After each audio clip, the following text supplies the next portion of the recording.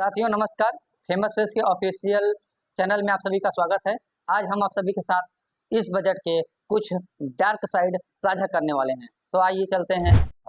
वित्त मंत्री निर्मला सीतारमण जी द्वारा मंगलवार को वर्तमान वित्त वर्ष 24-25 के लिए बजट पेश किया गया। यह उनका लगातार 7वां बजट था। सरकार की 9 प्राथमिकताएं थी जो निम्न हैं। इस बजट में मजदूर, बेहद गरीब परिवार, छोटे किसान इत्यादि के लिए कुछ खास नहीं है। इस बजट में स्वास्थ्य, शिक्षा, चिकित्सा के लिए भी बहुत कम बजट है। इस बजट में युवाओं को कुछ खास सौगात देने का प्रयास किया गया है, लेकिन इसका परिणाम भविष्य में कुछ अलग ही देखने को मिल सकता है। इसलिए आज हम सभी समझेंगे कि इस बजट में क्या अच्छा है और उसका प्रभाव जीवन में और जेब पर क्या पड़ सकता है। युवाओं से हम शुरुआत करें तो जानेंगे कि कुछ सकारात्मक बदलाव के साथ 1 करोड़ युवाओं को टॉप 500 कंपनियों में 12 महीने के इंटर्नशिप के माध्यम से स्किल किया जाएगा और युवाओं को हर महीने 5,000 रुपये प्रति महीने के हिसाब से भत्ता भी दिया जाएगा।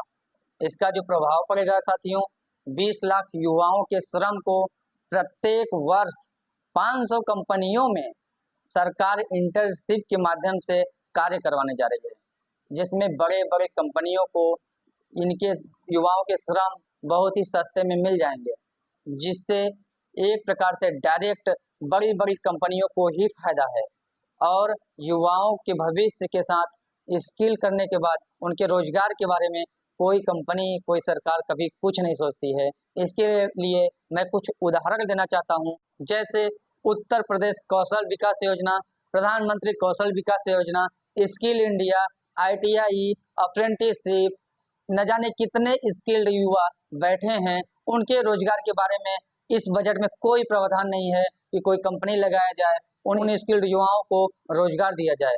इसके बारे में सरकार कुछ नहीं सोच रही है। सरकार बस युवाओं को स्किल्ड कर रही है और स्किल्ड के बाद बेरोजगार छोड़ दे रही है। साथियों, हम स्किल लेते हैं, हम पढ़ाई करते हैं, तो हम उम्मीद करते हैं कि जिस प्रकार की हम पढ़ाई पढ़ रहे हैं उसी प्रकार की हमें नौकरी मिले।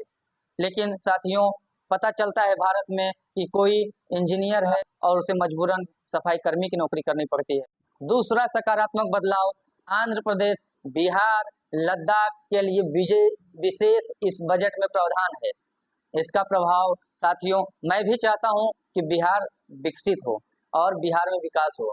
मैं भी चाहता हूं आंध्र प्रदेश में विकास हो, लद्दाख में विकास हो, लेकिन इसका मतलब ये नहीं है कि मैं किसी राज्य के लिए विशेष बजट हो और किसी राज्य के लिए बजट ही ना हो। तो इसके अलावा अन्य राज्यों के ऊपर जो ध्यान नहीं दिया गया, जिससे संपूर्ण देश के विकास के लिए यह बजट असक्षम है। तीसरे सकारात्मक बदलाव की ओर चले हम तो मोबाइल सस्ता हुआ है, सोना सस्ता हुआ है, प्लेटिनम वस्तुएं सस्ती हुई है। लेकिन साथियों, इसका प्रभाव क्या पड़ेगा आप सभी जानते हैं। साथियों, इसी बजट में संचार महंगा होगा, यह संदेश दे दिया गया है।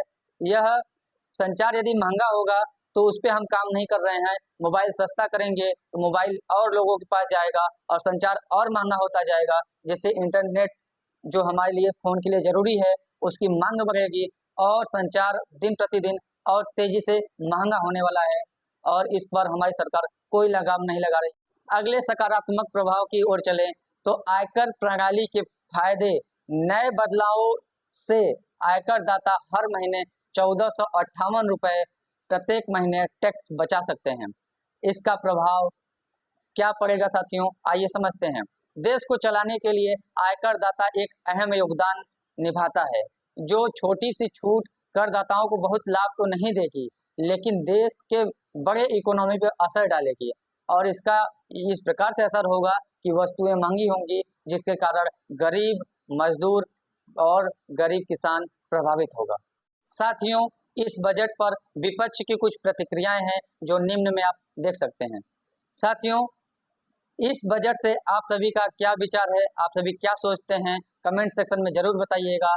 बाकी मिलते हैं अगले वीडियो में। वीडियो देखने के लिए धन्यवाद। तब तक के लिए नमस्कार।